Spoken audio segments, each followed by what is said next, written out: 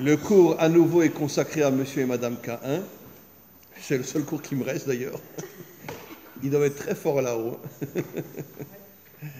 Mais bon, aujourd'hui j'ai énormément de cours sur Internet, encore plus que j'avais avant. Mais oui, mais je ne suis pas le seul. Hein. Les gens ne viennent plus au cours aujourd'hui, je ne sais pas ce qui se passe. Bon. Quoi qu'il en soit, donc à la mémoire de monsieur et madame K1, à la fin de la paracha, on est parashat Baalotecha. À la fin de la paracha, il y a quelque chose d'absolument bouleversant, étonnant. Myriam et Aaron, la sœur et le frère, mais c'est surtout Myriam qui parle, la sœur et le frère de Moshe, Myriam ose dire, mais comment tu as osé te marier avec une Africaine, avec une Couchite? Couchite, comment tu as osé te marier avec une Africaine? Hachem, je résume, était tellement choqué de voir Myriam insulter son frère et lui dire comment tu oses te marier avec une Africaine, il lui a envoyé une maladie terrible, tsaraat, une maladie de la peau qui a duré 1 semaine. Heureusement, Moshe a prié pour sauver sa sœur, parce que les commentaires expliquent que Hachem avait l'intention de la laisser toute sa vie avec la tsaraat, tellement elle avait insulté son frère. Et d'ailleurs, c'est dans ce passage-là qu'il est dit « Ou Moshe Anav Mikol Adam », le plus humble des hommes. Excusez-moi. Oui.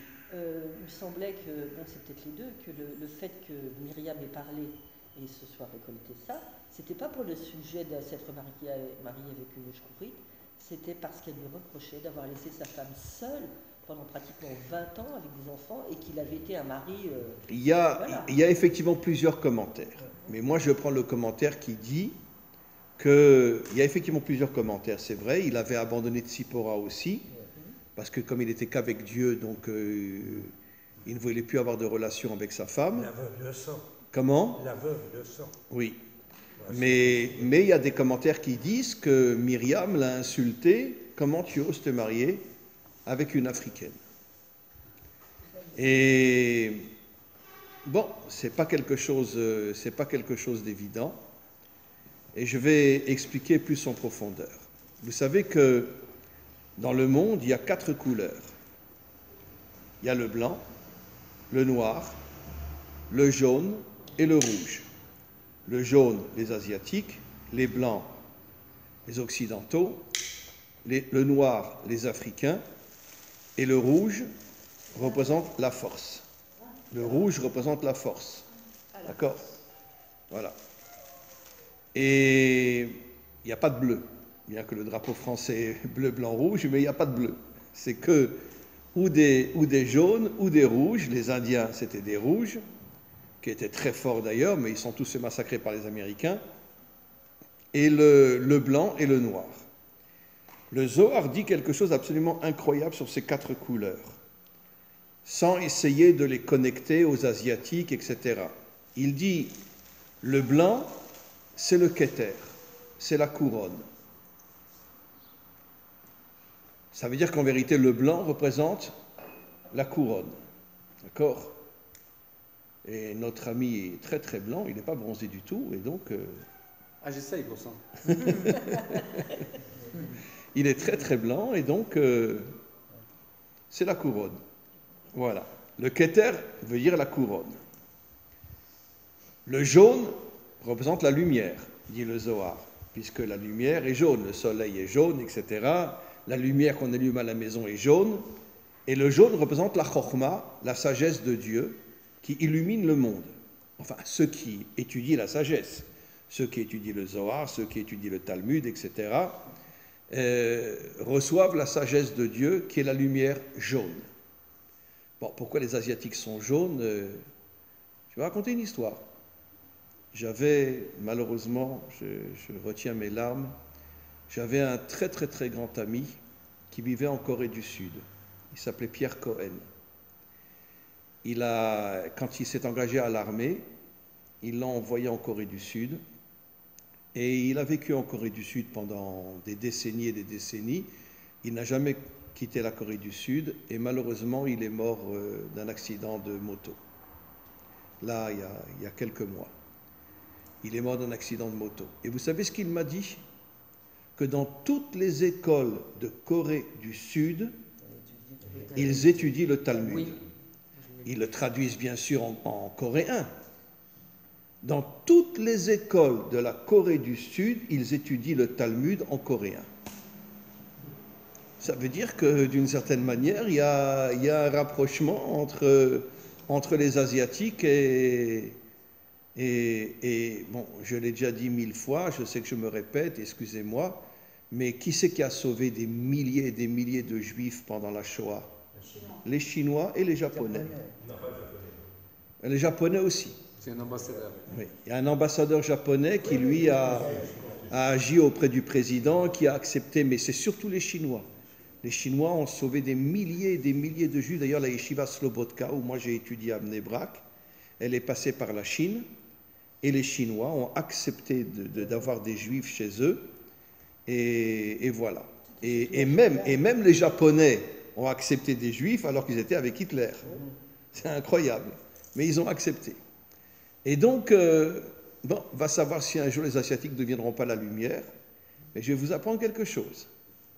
Le Zohar dit qu'il ne parle pas des Chinois, il parle des Asiatiques, que les Asiatiques se réveilleront au moment de la guerre de Gog et partiront en guerre contre Gog pour sauver Israël. Vous imaginez? Hein? Vous l'avez entendu aussi dans un cours? Les Asiatiques, alors est-ce que c'est les Chinois, est-ce que c'est les Coréens, est-ce que c'est les Thaïlandais, j'en sais rien, mais les Asiatiques se lèveront quand il y aura la guerre de Gog et partiront en guerre contre Gog pour sauver Israël. Ça veut dire que peut-être que le Zohar nous fait comprendre que peut-être qu'effectivement les Asiatiques, c'est peut-être la lumière du monde, va savoir. On en voit beaucoup à Soukot. Comment? Jérusalem. On en voit beaucoup. Mais il n'y a que ça au Kotel, il n'y a que les Asiatiques au Kotel. Quand vous allez au Kotel, moi ça fait 31 ans que je vais au Kotel tous les Shabbats matin, on ne voit que des Asiatiques, bon il y a beaucoup d'Africains aussi, mais les Asiatiques c'est inimaginable, le nombre d'Asiatiques qui viennent, des Chinois, des Japonais, des Coréens, etc. C'est incroyable. Et bon, écoutez, et ils viennent au Kotel, ils se mettent devant le Kotel et ils touchent le Kotel et ils l'embrassent, etc. Des Asiatiques. C'est absolument incroyable. Le jour de Rosh Hashanah ou Yom Kippour, je ne me rappelle plus, ils sont devant la grande synagogue de Jérusalem avec une immense bannière pour dire qu'ils sont justement qu'ils aiment Israël. C'est à pleurer. C'est à pleurer. Donc ça veut dire qu'en vérité, quand le Zohar dit que la couleur jaune qui correspond aux Asiatiques, c'est la lumière du monde, et peut-être qu'ils ne se trompent pas. Peut-être qu'un jour les Asiatiques se réveilleront et deviendront peut-être la lumière du monde. Va savoir. Est-ce que ça a un rapport avec Ve'agod Lera Yafet? Comment? Il y a un verset qui dit tout au début Ve'agod Lera. Non, le Zohar ne parle pas de ça. Il ne parle pas de ça. Alors donc, le blanc, c'est la couronne. Le jaune, c'est la lumière. Le rouge, alors le jaune, c'est la chokhma, la sagesse de Dieu. Le rouge, c'est la bina. Pourquoi la bina? Comme disent nos maîtres, surtout dans le Zohar, que la bina, si on se connecte à la bina, on reçoit des forces surnaturelles inimaginables. On sait que le Mashiach, lui, se connectera à la bina et il aura des forces inimaginables que personne n'arrivera à le descendre parce qu'il aura des forces complètement surnaturelles. Donc le rouge correspond à la bina. Bon, le rouge correspond aussi aux Indiens, mais bon. Je ne vois pas tellement quel est le kécher, mais bon. En tout cas, le Zohar dit que le rouge, c'est la gvoura, c'est la force. Le rouge, c'est la bina. Le rouge, c'est la bina, absolument. Et le noir, c'est la malchut. La bina et la force, c'est pareil? Oui, oui. Non, mais une force surnaturelle, attention. Une force naturelle. Une force surnaturelle. Et le noir correspond à la malchut, comme dit le Zohar, que la couleur de la malchut, c'est le noir, qui correspond aux Africains d'une certaine manière. Maintenant, sachez, et c'est très important ce que je dis, une grande partie des Africains sont d'origine juive. Quand il y a eu l'exil des 10 tribus, chaque tribu une partie de chaque tribu est partie en Afrique. Surtout la tribu de Dan, on les appelle les Danites en Afrique. Mais il y a aussi une partie de la tribu de Yehuda qui est partie, je crois, au Congo ou au Cameroun, je ne me rappelle plus si c'est le Cameroun ou le Congo. Et une partie de toutes les tribus sont parties en Afrique. Les Yéménites, c'est aussi des Africains. Les Éthiopiens. Comment? Et les Yéménites, les Éthiopiens, pardon, excuse-moi, je me suis trompé. Les Éthiopiens, voilà. Et c'est aussi des... Bon, je pense qu'au départ, ils étaient plus ou moins blancs, mais après avoir vécu des siècles en Afrique, ils sont devenus noirs. Et donc, il y a énormément, dit le Zohar, de parties des tribus qui sont parties en Afrique, ce qui veut dire qu'en vérité, que l'Afrique a des origines juives inimaginables. N'oublions pas que les Africains et Israël ont pratiquement la même histoire, sauf la Shoah. Ils ont été massacrés, ils ont été transformés en esclaves, il y a eu des massacres énormes en Afrique, etc. Et donc, d'une certaine manière, ils ont la même histoire que nous. Oui, mais ça continue pas encore. Comment? Bien sûr, ça continue encore en Afrique. Bien sûr, il y a beaucoup de guerres en Afrique. Bien sûr. Comment? Il y a? Bien sûr, il y a beaucoup de guerres en Afrique. Même en Éthiopie, il y a des guerres aussi en ce moment. Il y a des guerres en Éthiopie aussi. Bon, heureusement, il y a pratiquement tous les Juifs sont venus en Israël, mais il y a beaucoup de guerres aussi en Éthiopie, etc. Et donc, c'est pas une chose facile. Donc, je répète ce que je dis. Le blanc, le Keter, le jaune, la Chokhma de Dieu, le rouge, la Bina, et le noir correspond à l'Afrique, qui correspond à la Malchut. Alors, il y a quelque chose de très très intéressant. Si vous prenez les premières lettres de Keter, Chokhma, Bina, Kaf, Chet, Bet, Chet et Bet ça fait 10, Kaf ça fait 20, 30, la Malchut.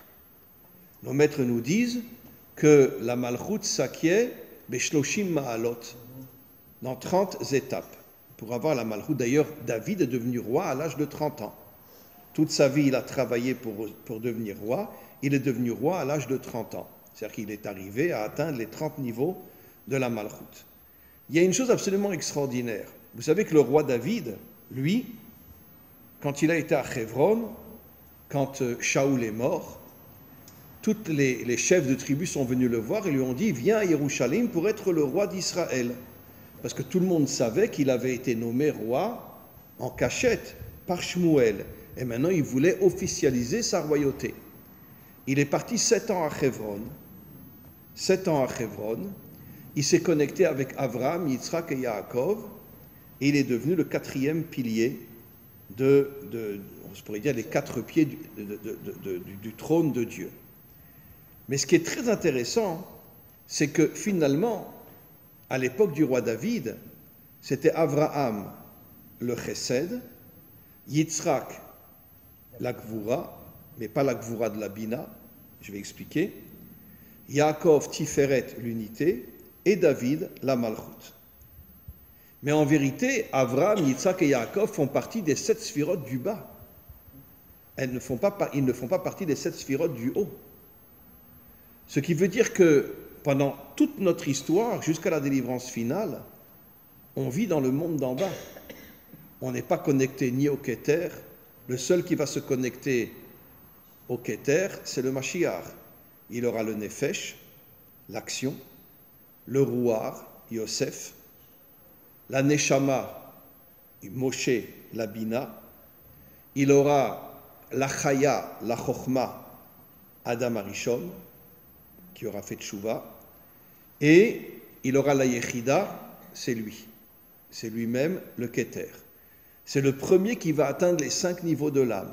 Personne n'a encore atteint les 5 niveaux de l'âme.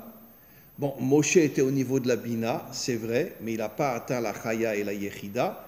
Le seul qui va atteindre ces 5 niveaux, c'est le Mashiach. Et d'ailleurs, je l'ai déjà dit, mais c'est une chose tellement importante, le Hari HaKadosh dit que le Mashiach s'appellera Chaim. Et qu'est-ce que ça veut dire Chaim? Chaim, ça veut dire la vie. Mais regardez, Chaim, Chet, la Chokhma, Yud, c'est la Yechida, le Keter, et Yud Mem, 50, la Bina. Ce qui veut dire qu'en vérité, le mot Chaim contient en lui. Tu es son fils? Non, non. Ah bon? Et qui tu es? Le 22, vous avez vu à Lille, à une conférence à Lille. Ah, tu étais à Lille quand j'ai fait un séminaire à Lille? Et tu vis à Lille? Non, Évry. Où ça? Évry, À Évry. Ah, après, à côté de Paris alors. Courcouronne. Eh bien, je donne un séminaire le 11 juin à Paris. Regarde sur mon site, tu verras, c'est marqué où. C'est pas vraiment à Paris même, c'est une petite banlieue à côté de Paris. Bien? D'accord? C'est un dimanche. Ok? Voilà. Il y aura au moins un juif. Comment? Il y aura au moins un juif. Eh bien, je sais pas, tu es juif? Ah ben voilà, Ah oui, il y en aura au moins un. il y en aura au moins un. Parce que les autres, c'est que des bnei Adam. Il y aura beaucoup de Bnei Adam. Il y aura beaucoup de Bnei Adam. Et vous ne pouvez pas imaginer le nombre de Bnei Adam qui mangent kasher aujourd'hui, qui se circoncis. Mais ils ne veulent pas devenir juifs, hein. Ils veulent rester Bnei Adam. Mais ils mangent kasher et ils se circoncis. C'est inimaginable. Et donc, je suis content de te voir. Ça me fait plaisir. Et donc, on continue. Où j'étais? Le Mashiach, Ah oui, Yerida, le Mashiach. Donc, le Hari HaKadosh Mashiach s'appelle Chaim, mais en fait, ce n'est pas le nom Chaim en tant que tel. C'est Keter Chochma Bina. Ça veut dire que le Mashiach va atteindre les 3 niveaux des attributs divins qui sont les plus hauts. Keter Chochma Bina. Keter, la couronne. Chochma, la lumière. Et la Bina, la force. La force au-dessus de ce monde, une force complètement surnaturelle, comme avait le roi David aussi. Et donc, en vérité, dans ce monde, on est complètement en bas, puisque Avram, Yitzhak et Yaakov étaient les 7 sphirotes du bas. Chesed, Gvura, Tiferet. Ça fait partie des 7 sphirotes du bas, qu'on appelle en vérité les 7 jours de la création. Premier jour, dimanche, Chesed. Deuxième jour, Gvura. Troisième jour, Tiferet. Quatrième jour, Netzar. Cinquième jour, Od. Sixième jour où Adam et Ève ont été créés, Yesod. Qu'est-ce que ça veut dire Yesod? C'est les fondations, mais ça veut dire aussi Yesod, ça veut dire le Brit. C'est le Brit. Pour nous faire comprendre que tout le travail de l'homme dans ce monde, et de la femme aussi, c'est éviter la débauche. Nos maîtres disent dans le Talmud que le plus grand défaut, c'est la débauche. Plus encore que l'idolâtrie, et plus encore que la corruption. Le plus grand défaut, c'est la débauche. Et donc, pourquoi? Parce que la débauche est liée au mensonge. D'accord? Voilà. Pourquoi la débauche est liée au mensonge? Pourquoi? Parce qu'un homme rentre chez lui, et il dit à sa femme, « Oh là là, mais qu'est-ce que je t'aime, qu'est-ce que tu es belle, oh là là, tu es toute ma vie. » Puis derrière son dos, il n'arrête pas de la tromper. Donc ça veut dire que comme la débauche est liée au mensonge, et nos maîtres disent que ce monde s'appelle Alma de Shikra, le monde du mensonge, c'est le plus grand défaut qui existe. Le plus grand défaut qui existe, c'est la débauche. En tous les cas, on revient à ce qu'on explique. Au moment de la délivrance finale, la Malchut va monter jusqu'aux 3 sphirotes les plus hautes, qui sont Keter, Chochma et Bina. Maintenant, comme je l'ai expliqué, Kaf, Chet, Bet, ça fait 30. Ça veut dire qu'en vérité, 30, c'est la Malchut. La Malchut s'acquiert en 30 étapes. Ce qui veut dire que les 3 sphirotes du haut vont envoyer des forces dans la Malchut. Dans la Malchut qui est à la fois le Mashiach et qui est en même temps aussi la royauté de Dieu qui va se dévoiler dans ce monde. Maintenant, on va revenir à quelque chose de très très très important aussi, puisqu'on sort à peine de Shavuot. Vous savez que le Zohar dit que les premières tables étaient au niveau de la Bina. Et je vais expliquer pourquoi. Ça veut dire en vérité, les premières tables étaient au niveau du Keter, de la Chochma et de la Bina, mais elles étaient surtout connectées à la Bina. Pourquoi? Parce que les premières tables étaient censées nous donner des forces inimaginables. Si on avait reçu les premières tables, on ne serait jamais parti en exil. Le peuple juif aurait été un peuple uni et aucun peuple n'aurait pu comment on dit, nous asservir. Aucun peuple n'aurait pu nous asservir. Malheureusement, on n'a pas reçu les premières tables. Moshe les a brisées. Pourquoi il les a brisées? Quand il est descendu du Har Sinaï et qu'il a vu des centaines de milliers de Juifs tourner autour du veau d'or, d'accord? Il a dit, ces Juifs ne méritent pas de recevoir les premières tables. Il les a pris et il les a cassés. Maintenant, qui c'est qui a fait le veau d'or? Alors sachez que pourquoi Moshe, il a sorti le Erev Rav d'Égypte. Alors nos maîtres disent que le Erev Rav, en vérité, c'était tous des Bnei Adam, tous des descendants d'Adam et Ève. Et c'est pour ça qu'il les a sortis, parce que Moshe voulait l'unité entre Israël et les Bnei Adam. Et c'est d'ailleurs ce qui se passera au moment de la délivrance finale. Le Mashiach va reconstruire les 70 nations adamiques, et en reconstruisant les 70 nations adamiques, il y aura un lien inimaginable entre d'ailleurs, 70 c'est Aïn, et la première lettre du mot Esav, c'est aussi Aïn. D'accord? Ce qui veut dire que nos maîtres nous disent que Esav fera Teshuvah aussi. Esav, d'une certaine manière, est un très très grand ennemi d'Israël aujourd'hui, mais il fera Teshuvah. Et donc, on revient à ce qu'on explique. Vous savez ce que Pharaon a fait quand il a vu que Moshe sortait les Bnei Adam, qui étaient tous des esclaves, comme Israël, d'Égypte? Il a introduit les enfants de Bilham à la tête du Erev Rav. Il a fait croire que c'était eux aussi des Bnei Adam, mais ce n'étaient pas des Bnei Adam, c'était des démons. Bilham était un démon. Et donc, il les a fait rentrer à la tête du Erev Rav, et c'est eux qui ont fait le veau d'or. Et vous savez pourquoi? Parce que Bilham, leur père, leur a dit, écoutez, si Israël reçoit les premières tables, ils vont recevoir une force inimaginable, personne ne pourra les soumettre, ils ne partiront jamais en exil, et à ce moment-là, ils vont s'unir pour purifier le monde, c'est-à-dire pour chasser tous les méchants de ce monde, et pour purifier le monde, et pour avoir l'unité dans ce monde. D'ailleurs, si vous prenez le mot Bina, ça fait Ben-Ya. Ben-Ya, le fils du Ya. Yud, la Chochma, Bet, la Bina, et le fils, c'est quoi? C'est Tiferet, c'est l'unité. Ce qui veut dire qu'en vérité, tout le projet de Dieu, ainsi que le projet d'Israël, c'est l'unité dans ce monde. Ça veut dire quoi l'unité dans ce monde? Encore une fois, je l'ai déjà dit 1000 fois, tu n'es pas comme moi, tu es différent de moi, mais tu es un homme extraordinaire et je m'unis à toi.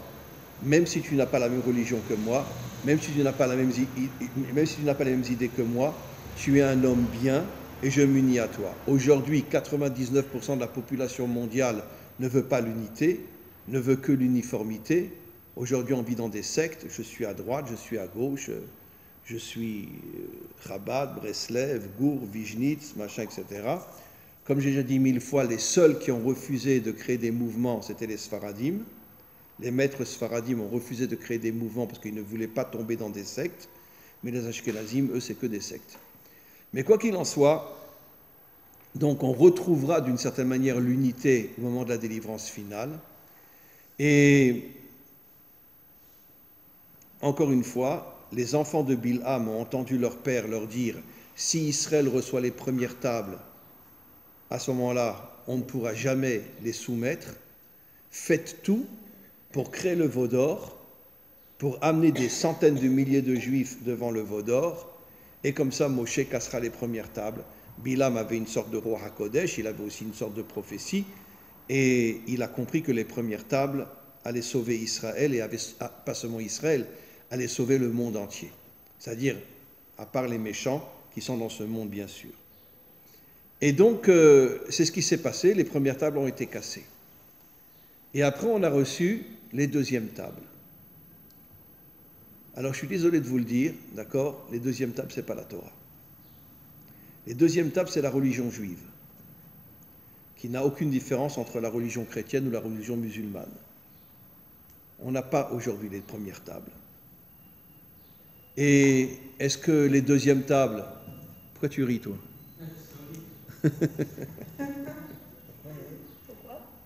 Tu as intérêt à venir à Paris hein, quand j'y serai, hein, le 11. C'est le 11 qu'on y sera, hein? Ok, le 11. Et donc, regarde sur mon site exactement où ça sera. C'est où? Tu te rappelles pas? Alors, regarde sur mon site, il y a une grande affiche, tu verras là-bas où c'est. Comment? C'est le 11 juin.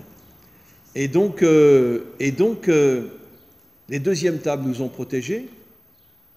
On est parti 4 fois en galoute. D'accord? Aujourd'hui, on peut dire que 90% des Juifs sont complètement assimilés, partout dans le monde. Il y a une minorité de religieux, mais même les religieux sont déconnectés de ce monde et sont plutôt dans le ciel que sur la terre. Notre Père qui est aux cieux. Et donc, en vérité, on vit dans un monde de mort. Et ça a été la faute d'Adam Arishon. Hachem lui a dit, si tu fais cette faute, tu vas créer la mort. Parce que les religieux sont dans le monde d'en haut, les laïcs sont dans le monde d'en bas, un corps sans âme ou une âme sans corps. C'est la mort. Voilà, c'est la mort. Le seul homme qui était, et qui est d'ailleurs un modèle, pas seulement pour Israël, mais qui est un modèle pour tout le monde, c'était David, qui était en même temps un guerrier inimaginable, en même temps un homme spirituel absolument incroyable. Il est arrivé à lier le corps à l'âme. C'est quelque chose d'absolument incroyable. Et combien on peut compter des hommes comme ça? Il y en a eu. Il y en a eu. D'accord? Je vais si quelqu'un n'a pas une pierre qui va me jeter à la figure. Eh bien, je vous signale que Martin Luther King était un homme extraordinaire. Il a voulu libérer les Africains de l'esclavage en Amérique. Il s'est fait assassiner par la CIA, bien sûr. Et donc, tout le monde sait aujourd'hui qu'il est mort de la CIA. Et Coluche était un homme extraordinaire. Et quand il est rentré en politique, les services secrets français ont envoyé un camion contre lui pour le tuer sur sa moto. Et le Rav Kahana, vous avez entendu parler du Rav Kahana? A pleuré. Moi, je l'ai connu, le Rav Kahana. Un homme a pleuré. Un homme, eh bien, il a été faire une conférence en Amérique. Et quand il est sorti, un arabe est arrivé, il lui a tiré une balle dans la tête. Mais cet arabe, il travaillait avec le Mossad. Vous savez combien de musulmans travaillent avec le Mossad aujourd'hui? Vous n'imaginez même pas. Il travaillait avec le Mossad pour faire croire que c'est un musulman qui a tué le Rav Kahana, mais en vérité, mais c'est pas seulement qu'ils ont tué le Rav Kahana. Une semaine après, ils ont tué son fils, sa femme, et ils n'ont pas osé. Comment? Parce qu'il voulait rentrer en politique. Oui, mais il venait de commencer à rentrer en politique. Parce que le Mossad, il est en connexion avec la CIA et que c'est tous des francs-maçons. C'est tous des francs-maçons. Bien sûr. Bon, de toute façon, je vais vous dire quelque chose. Tous les services secrets dans le monde sont liés à la franc-maçonnerie, ainsi que tous les politiciens dans le monde. Ah, peut-être, il y a une exception ou deux, mais tous les politiciens dans le monde sont liés à la franc-maçonnerie. Et donc, les services secrets aussi, puisque c'est les dirigeants qui s'occupent des services secrets, etc. Et ils sont tous liés à la franc-maçonnerie. Alors, on peut ne pas être d'accord. Je suis d'accord. Ça fait tellement plaisir que vous ne soyez pas d'accord avec moi. Non, c'est pas ça, Rabbi. C'est pas que je ne suis pas d'accord. Je ne sais pas d'où dire de façon certaine que c'est le Mossad qui aurait tué le Rav Kahana. Ça a été écrit. Il y a d'ailleurs un livre qui a été écrit là-dessus. Et il y a beaucoup de renseignements qui disent que c'est le Mossad qui a tué le Rav Kahana, parce que comme il venait de rentrer en politique et que c'était un homme vraiment à pleurer, tellement c'était un homme exceptionnel. C'était à quelle époque? Comment? Oh, il est mort, je pense, il y a à peu près 20-25 ans. Une quarantaine d'années. Dans les années 80, il est mort. Oui, absolument. Une quarantaine d'années. Dans les années 80, il est mort. Et moi, à cette époque-là, j'étais encore en France, mais j'étais venu le voir dans sa yeshiva. Et je vous dis très sincèrement, quand je l'ai vu, j'ai pleuré. Un homme d'une humilité, d'une simplicité, un homme, mais comment? Et c'est un vrai guerrier. C'est pour ça qu'il est rentré en politique, mais dès qu'il est rentré en politique, le Mossad a envoyé un arabe pour le tuer, pour faire croire que c'était un arabe qui l'avait tué, mais en vérité, c'est un arabe qui travaillait avec le Mossad. Et donc, quoi qu'il en soit, Je reviens maintenant à ce que j'explique. Les deuxièmes tables. Je vais vous donner un autre exemple. Aujourd'hui, 99% des Juifs qui étudient le Talmud Bavli, le Talmud de Babylone. On est tous des tarés. Au lieu d'étudier le Talmud Yerushalmi, pourquoi on étudie le Talmud Bavli, le premier exil d'Israël? Pourquoi on n'étudie pas le Talmud Yerushalmi existe? On peut compter sur les 3 doigts de la main les gens qui étudient le Talmud Yerushalmi. Tout le monde étudie aujourd'hui le Talmud Bavli. Il donne tout de suite la halakha. Comment? Il donne tout de suite. Non, le Talmud Yerushalmi aussi donne la halakha. Oui, mais Il est un peu plus compliqué. Au niveau du texte, il est un peu plus compliqué. C'est vrai, c'est pour ça que beaucoup de gens ne l'étudient pas parce qu'il est un peu plus compliqué. Mais le Talmud Bavli, mais comment qu'on peut oser étudier le Talmud Bavli, le Talmud de Babylone? De l'exil. Le Talmud de l'exil. Mais il est dit quand même, il y a beaucoup de phénomènes de déperdition. Vous retrouverez tout par le pilpouli. Oui, Il y a tellement de pilpouli. mais pourquoi on ne se met pas à étudier le Talmud Yerushalmi? Pourquoi on ne se met pas à étudier le Talmud? Alors c'est vrai que le Talmud Yerushalmi, au niveau de ses phrases, est plus compliqué. Mais d'un autre côté, bon, mais mettons-nous à étudier le Talmud Yerushalmi, le Talmud de Jérusalem. Pourquoi étudier le Talmud Bavli? Est-ce qu'ils sont fondamentalement différents l'un de l'autre? Non, ils ne sont pas fondamentalement, juste les phrases les phrases dans le Yerushalmi sont plus dures, sont plus difficiles à comprendre que dans le Bavli. Mais quoi qu'il en soit, comment c'est possible? Ça fait maintenant 75 ans qu'on est en Israël et on continue à étudier le Talmud Bavli comme si on était en galoute. C'est incroyable. Mettons-nous à étudier le Talmud Yerushalmi. Maintenant, combien d'hommes qui étudient le Zohar aujourd'hui? Très très peu. Non. La majorité étudie le Talmud, mais n'étudie pas le Zohar. Et les écrits du Ari HaKadosh. Qui étudie les écrits du Ari HaKadosh aujourd'hui? D'accord? Vous savez que le Ari HaKadosh était d'origine française. Hein? Oui, était d'origine française. Son arrière-arrière-arrière-arrière-grand-père était médecin. Il a sauvé l'un des rois de France. Le roi de France l'a nommé duc et lui a donné un château sur la Loire. Et c'est pour ça la Loire, Louria. Il est devenu Louria. Ben, Loire, Louria. Et c'est pour ça que le Harizal s'appelle Louria. Bon, lui est né à Jérusalem. Mais ses origines étaient françaises. D'accord? C'est pour ça que le rabbi de Lubavitch disait que le Mashiach sera français. Voilà. Et sa femme sera aussi française. Voilà. Comment? Ben voilà. Voilà. Comment? Ça ouvre des perspectives. Non, je ne suis pas le Mashiach. À la rigueur, je suis prêt à être son âne. mais pas le Mashiach. Le Mashiach sera Sfarad d'abord, il ne sera pas Ashkenaz. Voilà. Et voilà. Et voilà. Mais comme j'ai une femme algérienne, donc elle m'a transformé, donc peut-être que je suis Sfarad moi aussi, alors c'est bien. Ok. On continue.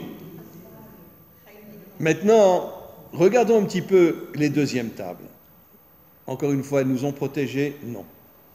Elles nous ont protégés des 4 exils? Non. Et surtout le dernier exil qui est le pire de tous. D'accord? 2000 ans de catastrophes qui nous sont tombées sur la tête, des centaines de milliers d'enfants qui étaient volés dans les ghettos pour après des enfants de 3-4 mois, etc., pour après les mettre dans des familles catholiques et les faire grandir comme des catholiques, etc. Et ne parlons pas de toute l'assimilation qu'il y a un peu partout dans le monde. Aujourd'hui, la grande majorité des Juifs ne sont absolument plus pratiquants. Et donc, on voit que vraiment le Ham Israël est tombé complètement. Est véritablement tombé. Combien il reste de gens, je vais pas dire des Haridim ou des Datim, parce que même les Datim, s'ils travaillent, c'est uniquement pour se faire de l'argent. Mais où vous voyez aujourd'hui un homme authentique qui est prêt à se battre contre tous les méchants de ce monde? Il n'y a pas. Il n'y a pas. Ça n'existe pas. Et donc, c'est la raison pour laquelle aujourd'hui, les Haridim, eux, ils sont constamment dans le ciel. Les Dati'im travaillent, mais c'est pour se faire de l'argent. Et les laïcs, eux, ils sont complètement dans le monde matériel, etc. Ça veut dire qu'en vérité, ou tu es une âme sans corps, ou tu es un corps sans âme. Mais il n'y a plus de juifs authentiques aujourd'hui. Il n'y a plus de juifs authentiques. Et regardez ce qui se... Comment? Comment? La Shonara, c'est Kolel, Gilou Yarayot. Mais c'est pas du Lachon Hara, c'est la vérité. C'est la vérité. Le Lachon Hara, c'est quand tu dis du mal sur quelqu'un et que tu exagères dans le mal que tu dis sur quelqu'un. Mais là, c'est la vérité. Comment? Oui, mais ça, c'est la vérité. Vous savez qu'ils veulent transformer Tel Aviv, la capitale mondiale de l'homosexualité. Bah, c'est fait, c'est déjà. C'est déjà. Il y a beaucoup de jeunes quand même Oui. aujourd'hui, que ce soit en Judée-Saint-Marie, même Jérusalem, qui sont des combattants, Oui. qui sont des religieux, des vrais, Bien qui sûr. ont l'arme à la main avec la kippa, il y en a énormément. Mais aujourd'hui, vous avez quand même. 100% raison. Il y a beaucoup D'ailleurs, quand même. d'ailleurs, c'est pas que les Dati'im. Moi, j'étais rave Mais moi, à j'ai l'armée. des photos de et- religieux et avec Bayès. Hein. Vous avez Il y en a des beaucoup centaines quand de même, hein. milliers Ah oui. de Haridim Ah oui. aujourd'hui qui s'engagent dans les unités Ah oui, combattantes. oui, oui, c'est sûr. Moi, jusqu'au Corona, j'étais rave à l'armée. J'enseignais justement aux Haridim. Et bon, je l'ai déjà dit 1000 fois, mais la première fois que j'ai donné un cours, et c'était que des Haridim avec des papillotes et machin, etc., mais dans les unités combattantes, avec des muscles comme Ah ça, oui, et il y en je a vous dis beaucoup pas. maintenant. Et donc, je sors la bêtise de ma vie. Ça, c'est vraiment du Lachon Hara, vous avez raison. Je leur dis, bon, mais vous êtes à l'armée pourquoi? Parce que vous savez très bien que si quelqu'un ne rentre pas à l'armée, il aura du mal à travailler après. Ah bon, Alors vous vous avez êtes... dit ça? Oui, oui. Alors j'ai dit la honnerie de ma vie. Et j'ai dit, donc vous êtes à l'armée pour pouvoir après rentrer dans la high-tech, etc., etc. Il y en a un qui s'est levé, il a tapé sur la table, d'accord? Il a retenu ses larmes et il m'a dit, mais Rav, mais comment vous osez nous insulter comme ça? On n'est pas rentré à l'armée pour aller travailler. On est rentré à l'armée pour protéger notre peuple. Voilà. Il y a beaucoup de policiers, hein, je viens d'en voir plein, mais qui passent sur la tête. Mais bien sûr, bien sûr, bien sûr. Et donc aujourd'hui, vous n'imaginez pas le nombre de religieux, je parle d'enfants orthodoxes qui rentrent dans l'armée et qui sont des giborim, mais c'est inimaginable. Et personne n'en parle en Israël, hein. Personne n'en parle. Comment? Pardon? Il y a des personnes exceptionnelles qui sont spirituelles. Bien sûr, bien sûr, bien sûr. Et vous savez que dans le monde Chabad, d'accord, il y a énormément d'officiers dans l'armée israélienne chez les Chabad. Aujourd'hui, pratiquement tous les enfants Chabad rentrent à l'armée dans les unités combattantes, mais ils ne partent pas au bout de 3 ans, ils restent après, ils montent officiers, machin, etc. Quelque chose d'absolument incroyable, extraordinaire ce qui se passe. Il y a une révolution dans le monde orthodoxe aujourd'hui. Je parle au niveau de la jeunesse, quelque chose d'absolument incroyable. Merci, merci, merci au maître du monde. Alors, il faut arrêter de désigner toute la journée les Haredim. Comment? Non, moi je parle des parents, je parle pas de la jeunesse. Ah non, la jeunesse est en train de changer. Ils sont en train de cracher sur les religieux. c'est pas Non, non. possible. Moi je parle de l'ancienne génération, je ne parle pas de la nouvelle. Puisque je vous dis encore une fois, j'étais rave à l'armée et j'ai enseigné au Haridim. Ben, je sais, Et des gens exceptionnels. Des gens exceptionnels. Vraiment, il n'y a pas de mots. Je me demande si l'armée les veut vraiment, parce que je suis pas sûre que l'armée, elle veut vraiment. Moi, je suis d'accord avec toi. Entièrement d'accord. Ils appellent les juifs orthodoxes sur les orthodoxes. Ben, écoutez, Je suis pas sûre que l'armée les veuille vraiment et qu'ils ne les bloquent pas parce que. alors je vais vous raconter une Il n'y histoire. a pas de chef d'état-major religieux. Moi j'enseignais à Arkeren, qui est juste à côté de l'Égypte. J'allais toutes les semaines, j'avais 2 heures aller, 2 heures retour. Arkeren, c'est une, qu'on appelle ça,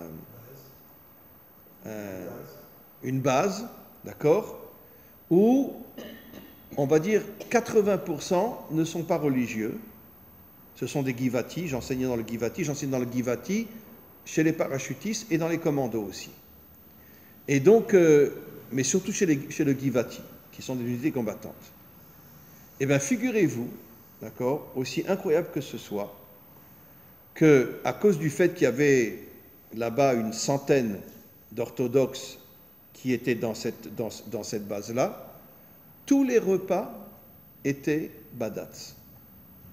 C'est-à-dire que même les non-religieux mangeaient les repas badatz.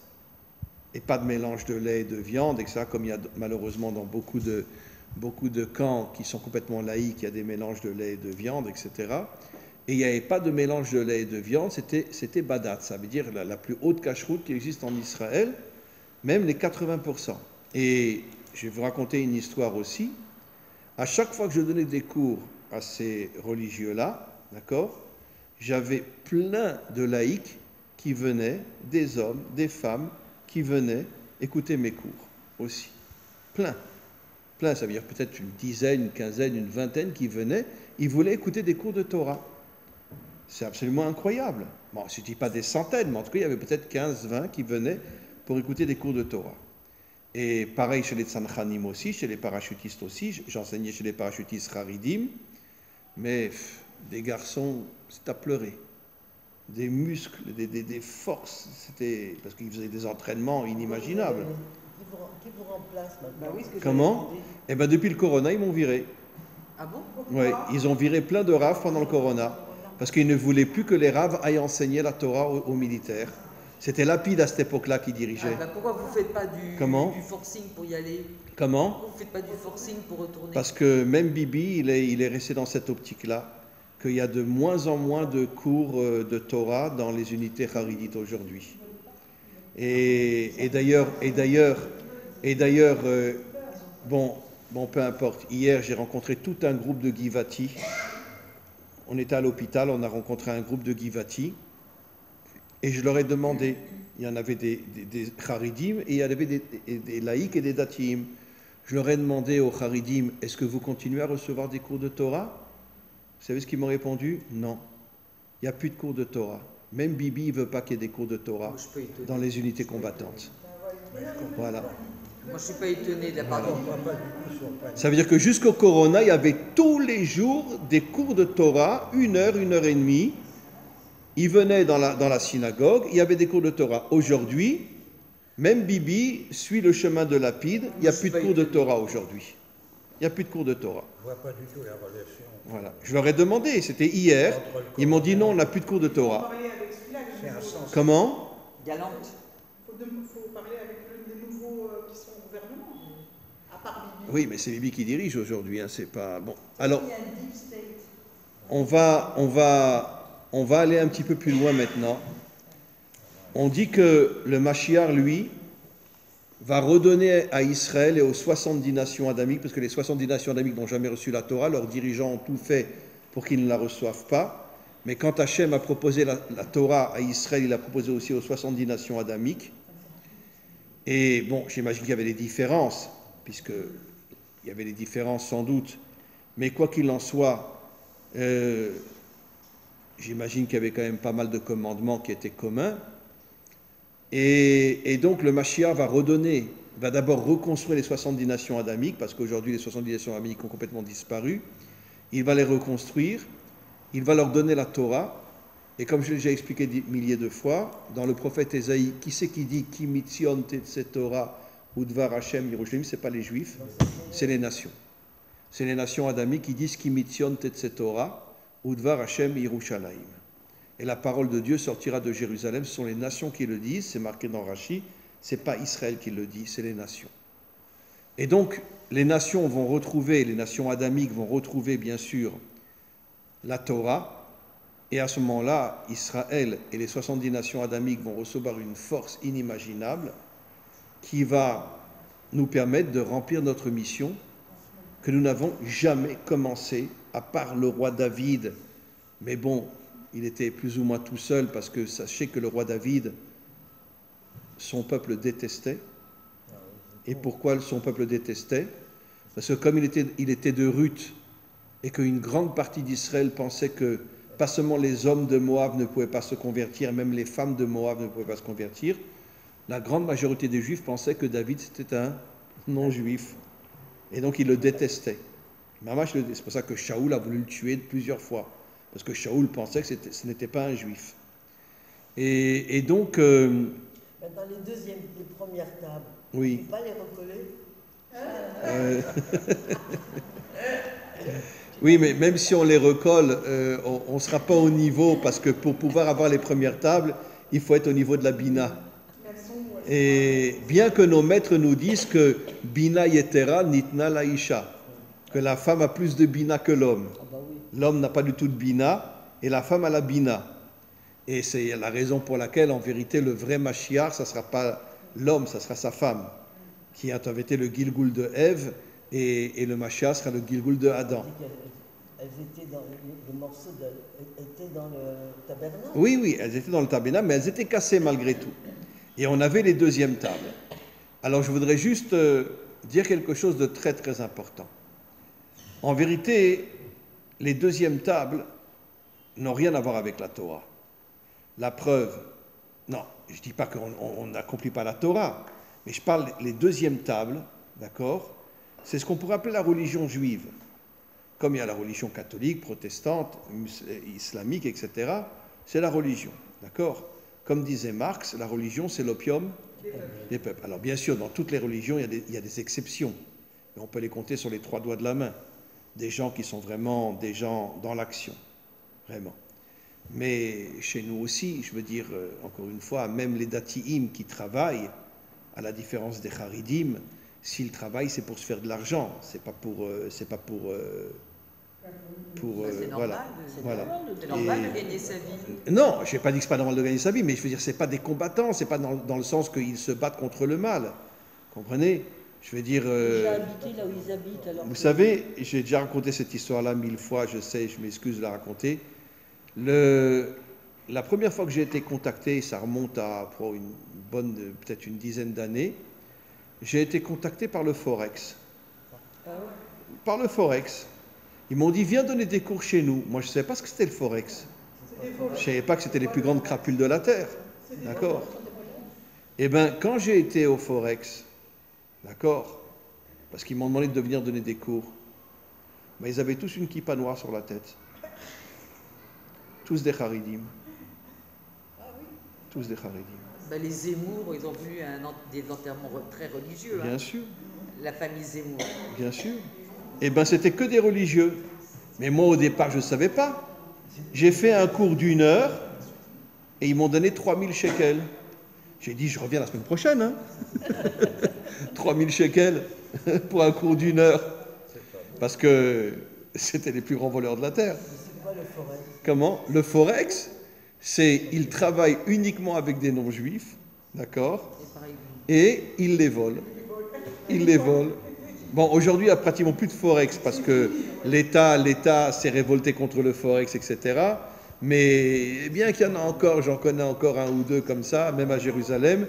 Mais ils demandaient, bon, je ne sais pas, c'est tout un truc, ils demandaient aux non-juifs d'investir de l'argent et après, ils volaient cet argent-là. Ils volaient, ça veut dire qu'ils étaient très très riches, le Forex était très très riche. Comment? Bien sûr, c'était des juifs, avec une kippa noire sur la tête. Bien sûr. Bien sûr, bien sûr, bien sûr. Bon, aujourd'hui, 99% des Forex sont fermés. Heureusement. Mais parce que bon, il y a eu la police qui s'en est mêlée, etc. Mais vous vous rendez compte? Alors, le dernier cours que j'ai fait, parce que j'ai eu des amis qui m'ont dit, mais tu sais où tu es? Tu sais que ce sont des voleurs? Alors, le dernier cours que j'ai fait dans le Forex, d'accord, ils étaient tous là, hommes, femmes, etc. Et j'ai fait un cours sur le vol. Je leur ai dit, vous êtes des voleurs, comment vous osez voler des non-juifs, etc. Voilà. Je leur ai dit, vous êtes vraiment des assassins, etc. Je ne dis pas, les dirigeants m'ont regardé avec des yeux, ils voulaient me tuer. Mais peu importe, il y en a plein qui se sont mis à pleurer. Il y en a beaucoup qui sont sortis avec moi, qui ont dit on ne rentre plus dans le Forex, parce que voilà. Et j'ai demandé à un des dirigeants, avant de partir et ne plus jamais revenir dans le Forex, j'ai demandé à un des dirigeants, mais pourquoi tu voles les non-juifs? Pourquoi tu les voles? Vous savez ce qu'il m'a répondu? Eh bien, on se venge parce qu'eux, ils nous ont volés pendant la Shoah. Alors je leur ai dit, mais attends, Tu penses que c'est tous les non-juifs qui vous ont volé pendant la Shoah? Tu sais combien de familles ont sauvé des juifs pendant la Shoah? Combien de familles, des centaines de milliers de Français ont sauvé des familles, des enfants juifs pendant la Shoah? Oui, mais quoi qu'il arrive, Comment? c'est marqué dans la Torah, on ne volera pas. Mais non, bien sûr qu'on ne volera pas. Même un non-juif, on n'a pas le droit de le voler. Bien sûr, on n'a pas le droit de voler. Mais c'est marqué même un non-juif, on n'a pas le droit de le voler. Bien sûr. Et donc ils m'ont dit, comme ils nous ont volé pendant la Shoah, nous on les vole. Mais je leur ai dit, mais attends, mais tu es sûr que chaque personne que tu voles, lui, il a volé des juifs? Et il a peut-être 30 ans, il a peut-être 20 ans, il n'était pas à l'époque de la Shoah. D'accord? Et il ne m'a pas répondu. Il a fermé la bouche, il ne m'a pas répondu. Et donc, qu'est-ce qu'on voit de là? On voit de là que finalement, on n'est pas dans un monde simple. Je voudrais juste terminer et conclure sur la chose suivante. Encore une fois, donc le Mashiach redonnera les premières tables. Et à ce moment-là, donc d'abord, le Mashiach va monter une armée où il va partir en guerre contre tous les méchants de ce monde. Et puis après, bien sûr, il y aura l'unité entre les peuples, l'unité entre les peuples eux-mêmes et avec Israël aussi, bien évidemment, même si les religions resteront des religions différentes, mais il y aura malgré tout une unité énorme entre les descendants d'Ishmaël, qui sont des gens extraordinaires, et Israël. Et il y aura aussi dans le monde chrétien aussi, il y aura une grande unité aussi. Et je voudrais juste conclure en disant la chose suivante. Bref, qu'est-ce qu'on fait, nous? Qu'est-ce qu'on fait? À part écouter un cours, qu'est-ce qu'on fait? Qu'est-ce qu'on fait? Madame? Comment? Il y a un petit chat qui vient de rentrer pour écouter. Il y a un chat, il doit faire Ah, il y a un chat qui vient de rentrer? Mais c'est magnifique. Oui. Mais par où il est rentré? Juste une question, si on Oui. est en connexion avec les 70 nations, Oui. si on est avec des gens bons, des gens sympathiques, des gens qui nous aiment, pourquoi le mariage ça sera interdit? C'est fini maintenant le mariage interdit. Non, non. Maintenant tout non, doit être. non. Maintenant le monde doit être complètement mélangé. Un juif, C'est pas l'unif- un juif pratiquant ne peut pas se marier avec une non-juive, Mais puis- puisque c'est elle qui cuisine. oui, Et mais donc, automatiquement, la cuisine ne sera pas cachère. Mais la cuisine cachère, c'est uniquement pour qu'on reste un peuple extrêmement unitaire. Mais c'est ça etc. l'unité. Mais si on s'aime tous, l'unité, quelle importance de faire l'unité, la c'est qu'on est différent, on s'aime, on se respecte, mais malgré tout, chacun vit selon sa religion. Et les descendants d'Ishmaël resteront des musulmans. Et les catholiques resteront des catholiques, et les protestants resteront des protestants. Comment? Comment? Bon, n'oublions pas que C'est le virus Israël. n'oublions pas que la grande majorité des juifs se marient avec des non-juifs aujourd'hui, hein, partout dans le Oui, monde. mais c'est hein. pas bien. Voilà, mais bien sûr que C'est c'est pas pas bien. bien. Mais oui, mais eux sont laïcs. mais Ils si s'en tout le foutent de, monde s'aime, ils s'en alors la foutent de cache, man- il n'y a ils s'en- pas d'intérêt. ils s'en foutent de manger du porc. Ils sont laïcs. Donc voilà. Mais quoi qu'il en soit, je voudrais juste conclure en vous disant que, en vérité, il y a des gens extraordinaires partout. Moi-même, j'ai la chance d'avoir des milliers d'élèves que j'appelle moi des Bnei Adam, pas des Bnei Noach, parce que Noach, c'était pas un homme bien. Noah n'était pas bien, je suis pas bien. Ah, Noach, Vous vous rendez compte, il est resté 40 jours, 40 nuits, il était même à peine- il n'a pas prié pour sauver sa génération, d'accord? Parce qu'il avait Il n'a pas prié pour sauver sa génération. C'était impossible de le Et il n'a pas prié pour sauver sa génération, alors que Abraham a prié pour sauver Sodome, alors que lui, il n'a pas prié pour sauver sa génération. Mais il leur disait quand même. Comment? Rien du tout. Il faisait son bateau et il parlait à personne. Et après, il a pris sa famille et il est rentré dans le bateau. Et quand il est sorti du bateau, d'accord, il s'est saoulé, d'accord, il s'est saoulé et il s'est fait violer par un de ses petits-fils. Et donc, moi, je ne dis pas Bnei Noach, je dis Bnei Adam. Mais quoi qu'il en soit, bon, la majorité des rabbinim disent Bnei Noach, mais moi, je dis Bnei Adam. Mais maintenant, il faut savoir la chose suivante. Il y a un réveil énorme au niveau des nations. Depuis qu'il y a Internet, c'est quelque chose d'absolument incroyable. Mais c'est ça. Et Mamash, un réveil au niveau des nations. L'époque du Mashiach, il y aurait réveillé d'abord tous Bien sûr, C'est grâce à l'Internet. mais bien sûr, ah bien sûr. Vous ne pouvez pas imaginer le nom Oui, mais pourtant on dit on va couper la tête de qui? de Esav, qui roulera dans la caverne. Non, elle a déjà été coupée, elle a déjà été coupée depuis longtemps par un descendant de Dan.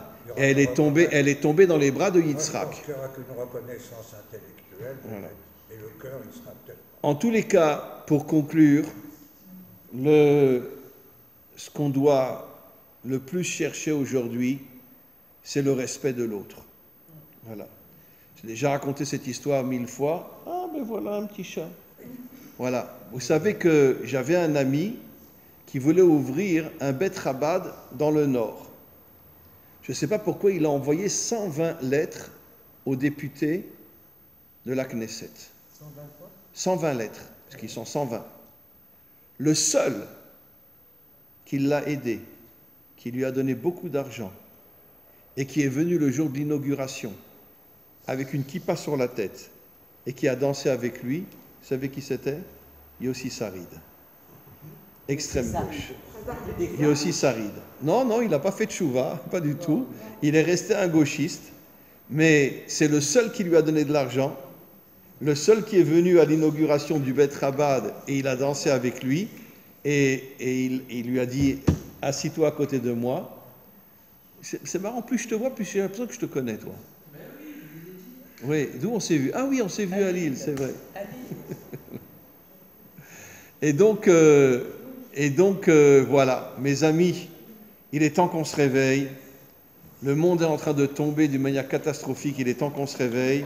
Comment on se réveille alors? Et on demande surtout aux femmes de réveiller les hommes, d'accord? Et que Bezrat Hashem, comme disent nos maîtres, que la délivrance finale viendra par le mérite des femmes. Qu'elles viennent déjà. Qu'elles viennent. Et donc, réveillez-vous, mesdames, réveillez-nous, et Bezrat Hashem, qu'on puisse monter une armée pour partir en guerre contre tous les méchants de ce monde. Amen, Moi, j'ai une amen, question. amen. Oui. Quel est le rapport avec le début de votre cours, avec Myriam qui a dit à son frère comment tu as pu épouser une blague Oui. et qui se retrouvée avec la Sarah?